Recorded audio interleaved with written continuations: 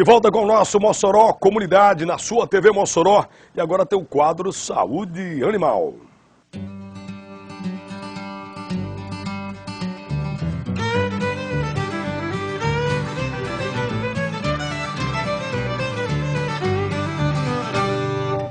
Bom, gente, minha amiga Andressa Suênia está aqui conosco, a nossa médica veterinária, apresentando o seu quadro Saúde Animal, como ela faz toda segunda-feira. Olá, doutora, como vai? Tudo bem? Tudo bem, boa noite, Gilson. Boa noite, telespectador da TV Mossoró. Vamos lá, as dicas importantes para a reprodução do seu animal. Começa por onde?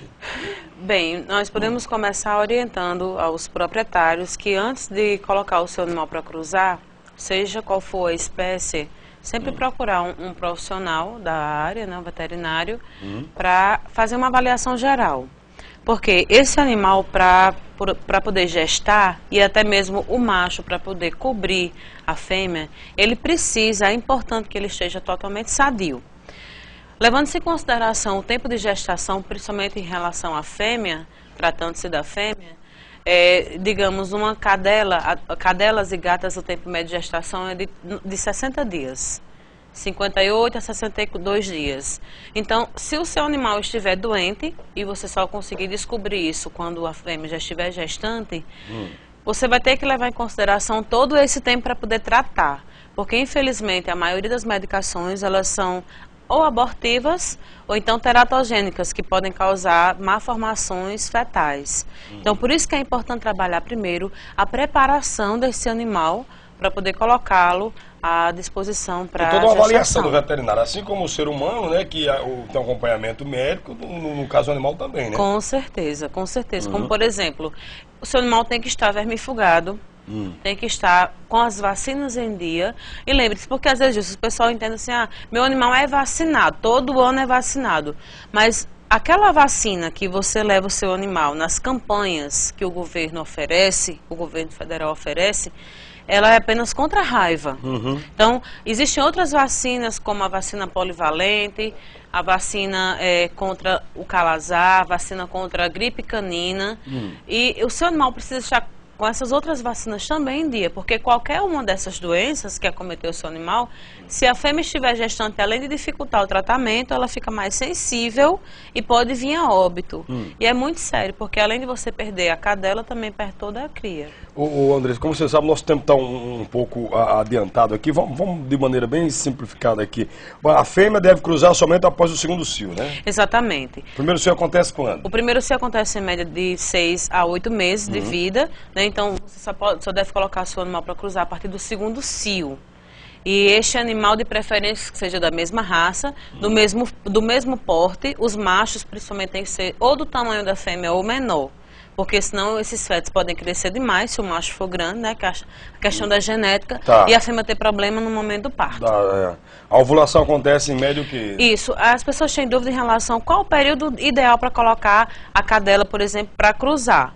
Se a sua cadela sangra, que normalmente a maioria das cadelas sangram, você conta o último dia de sangramento, a partir daí 10 dias para frente. Esse vai ser o período de ovulação, que dura mais ou menos em torno de 2, 3 a 4 dias. Então é importante que o macho passe pelo menos 3 dias junto com a fêmea. Até porque, Gilson, algumas cadelas são muito territorialistas e no primeiro dia de contato com o macho, elas não aceitam. Elas só passam a aceitar depois que já estão mais acostumadas. E o ideal mesmo é que a fêmea seja levada para a casa do macho, porque lá ela não está no território dela, e ela vai ficar mais suscetível para que esse macho possa cobri-la.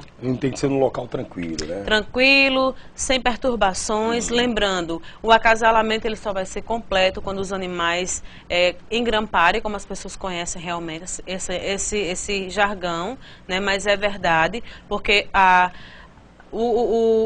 ejaculação do cão, por exemplo, devido à sua conformidade da anatomia, ela só acontece por gotejamento. Então, quando você vê dois animais engrampados, eles estão ali, o macho está gotejando o espermatozoide na fêmea, para depois que ocorra a ovulação. Se eles forem separados, essa fecundação, ela não vai acontecer. E, inclusive, pode causar danos ao aparelho reprodutor, tanto do macho quanto da fêmea. E o que pode dar errado no acasalamento?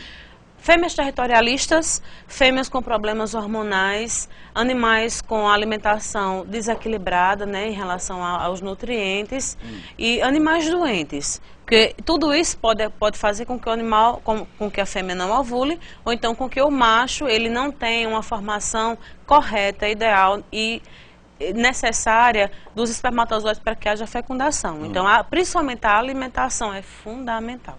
Quando é que a reprodução não é indicada?